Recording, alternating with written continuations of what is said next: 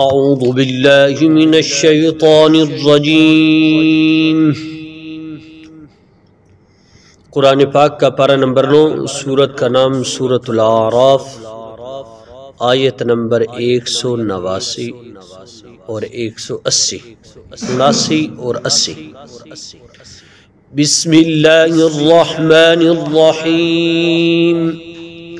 وَلَقَدْ ذَرَأْنَا لِجَهَنَّمَ كَثِيرًا مِنَ الْجِنِّ وَالْإِنسِ لَهُمْ قُلُوبٌ لَا يَفْقَهُونَ بِهَا وَلَهُمْ أَعْيُنٌ لَا يُبْصِرُونَ بِهَا وَلَهُمْ آذَانٌ لَا يَسْمَعُونَ بِهَا أولئك كالأنعام بل هم أضل أولئك هم الغافلون ولله الأسماء الحسنى فادعوه بها وذروا الذين يلحدون في أسمائه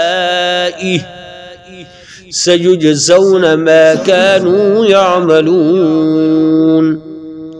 اور ہم نے جنات اور انسانوں میں سے بہت سے لوگ جہنم کے لیے پیدا کیے، ان کے پاس دل ہے جن سے وہ سمجھتے نہیں، ان کے پاس آنکھیں ہیں جن سے وہ دیکھتے نہیں، اور ان کے پاس کان ہیں جن سے وہ سنتے نہیں۔ وہ لوگ چوپایوں کی طرح ہے، بلکہ وہ ان سے بھی زیادہ بھٹکے ہوئے ہیں۔ یہی لوگ ہیں جو غفلت میں پڑے ہوئے ہیں، اور اسماء حسنہ اچھے اچھے نام اللہ ہی کے ہیں، لہذا اس کو انہی ناموں سے پکارو، اور ان لوگوں کو چھوڑ دو جو اس کے ناموں میں ٹیڑھا راستہ اختیار کرتے ہیں۔ وہ جو کچھ کہہ رہے ہیں اس کا بدلہ انہیں دیا جائے گا۔ صدق اللہ العظیم۔ گزشتہ آیات میں وہ ایک بدبخت آدمی کا ذکر تھا، اور آج کی ان آیتوں میں، ان میں پہلی آیت میں اللہ تعالیٰ نے جہنمی لوگوں کا ذکر فرمایا کہ ان کے پاس دل بھی ہیں، آنکھیں بھی ہیں، کان بھی ہیں۔ دل ہے وہ قبول نہیں کرتے، آنکھیں ہیں حق سن نہیں، وہ دیکھ نہیں سکتے، کان ہیں حق سن نہیں سکتے۔ جس طرح اللہ تعالیٰ نے فرمایا ختم اللہ علی قلوبہم وعلی سمعہم وعلی ابصارہم غشاوہ، ان کے اور ایمان کے درمیان میں ایک پردہ حائل ہو گیا کہ وہ آنکھیں رکھنے کے باوجود حق دیکھ نہیں سکتے، دل رکھنے کے باوجود وہ قبول نہیں کرتے، کان رکھنے کے باوجود حق سن نہیں سکتے۔ تو ان کا ذکر ہے۔ ایک سوال یہاں پیدا ہوتا ہے کہ اللہ تعالیٰ نے جہنمی کو پیدا کیا، پہلے ہی بتلا دیا کہ بعض لوگ جہنم کے قابل ہیں اور لیکن اللہ کے یہ علم میں ہے کہ کون کتنی دیر زندہ رہے گا، کون کیسے کیسے اعمال کرے گا، لیکن اللہ اپنی علم اور قدرت کے تحت فرماتے ہیں کہ جو بندہ اس طریقے پر پیدا ہو رہا ہے کہ اس نے آگے چل کر زندگی گناہوں کی لت پت میں گزارنی ہے، انہی کے متعلق ہے کہ یہ اللہ کی ذات و صفات میں کسی اور کو ساتھ شریک ٹھہرائیں گے، یہ اللہ کے مقابلے میں آ جائیں گے اور اللہ کی نافرمانی میں تل جائیں گے۔ ان کا ذکر ہے کہ ان کا پھر خاتمہ، جن لوگوں کا خاتمہ ایمان پر نہیں ہوگا، یا ایمان تو ہوگا لیکن ایمان اتنا کمزور ہو چکا ہوگا کہ وہ جیسے حدیث پاک میں آتا ہے انسان جب گناہ کرتا ہے تو اس کے دل پر ایک سیاہ رنگ کا دھبا لگ جاتا ہے، پھر گناہ کرتا ہے تو اس میں پختگی آ جاتی، پھر وہ گناہ کرتا رہتا ہے تو وہ رنگ جو ہے وہ نقطہ وہ زیادہ ہی مضبوط ہوتا جاتا ہے۔ اس کا ریگ مار رسول پاک علیہ السلام نے یہ ارشاد فرمایا تم کثرت کے ساتھ اللہ کا ذکر کرو، نیکی کرو، گناہ کے بعد کی ہوئی نیکی وہ گناہوں کو مٹا دیتی ہے، اس کا وہ جو اثرات ہیں وہ زائل کر دیتی ہے، تو لہذا اس کا ذکر ہے۔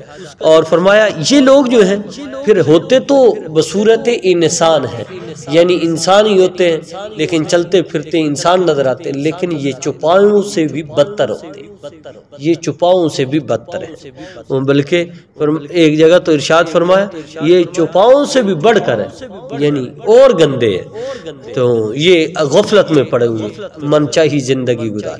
اور دوسری آیت کریمہ کا شان نزول اس طرح ہے کہ کوئی شخص مکہ المکرمہ میں نماز پڑھ رہا تھا تو وہ نماز کے دوران یہ کہہ رہا تھا یا رحمان یا رحیم، یا رحمان یا رحیم، یا رحمان یا رحیم۔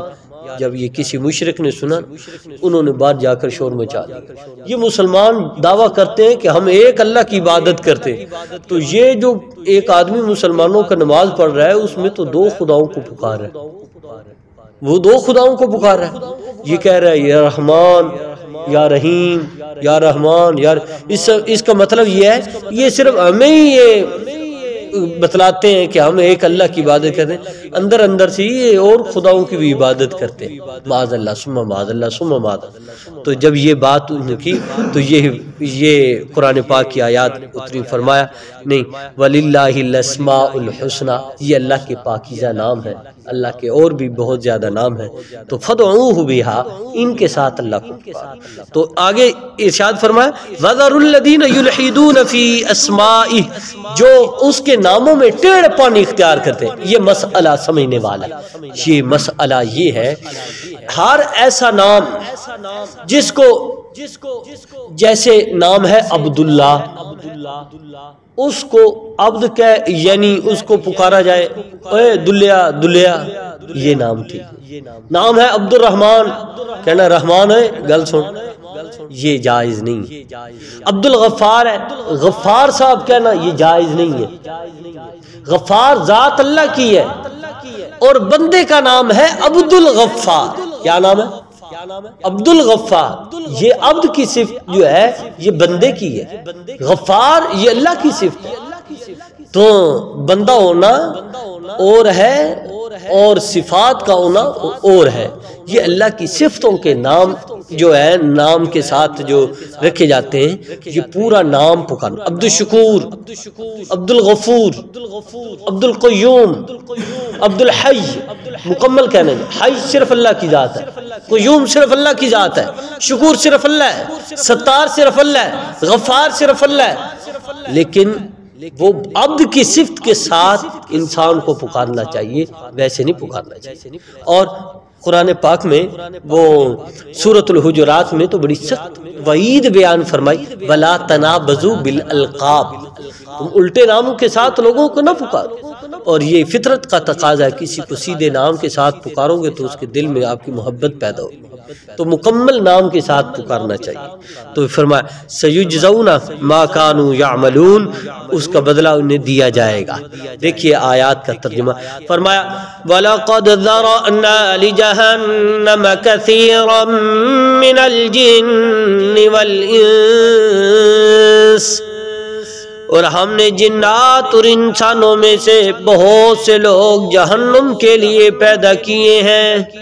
لَهُمْ قُلُوبٌ لَا يَفْقَهُونَ بِهَا وَلَهُمْ أَعْيُنٌ لَا يُبْصِرُونَ بِهَا وَلَهُمْ آذَانٌ لَا يَسْمَعُونَ بِهَا، فرمایا ان کے پاس دل ہے جن سے وہ سمجھتے نہیں، ان کے پاس آنکھیں ہیں جن سے وہ دیکھتے نہیں، اور ان کے پاس کان ہیں جن سے وہ سنتے نہیں۔ اولئک کالانعام بل ہم اضل، وہ لوگ چوپایوں کی طرح ہے بلکہ وہ ان سے بھی زیادہ بھٹکے ہوئے ہیں۔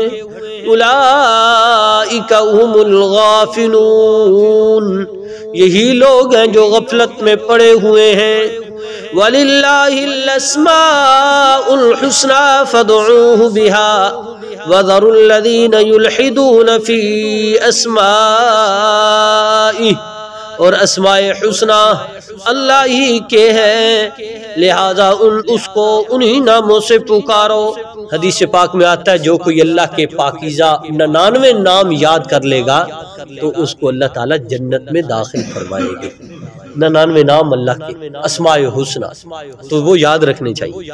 وَذَرُوا الَّذِينَ يُلْحِدُونَ فِي أَسْمَائِهِ، اور ان لوگوں کو چھوڑ دو جو اس ناموں کے ساتھ میں ٹیڑھا راستہ اختیار کرتے ہیں۔ سَيُجْزَوْنَ مَا كَانُوا يَعْمَلُونَ، وہ جو کچھ کر رہے ہیں اس کا بدلہ انہیں دیا جائے گا۔ اب دعا فرمائے اللہ کریم کی ذات مجھے اور آپ کو اللہ اپنے پاکیزہ ناموں سے پکارنے کی توفیق عطا فرمائے۔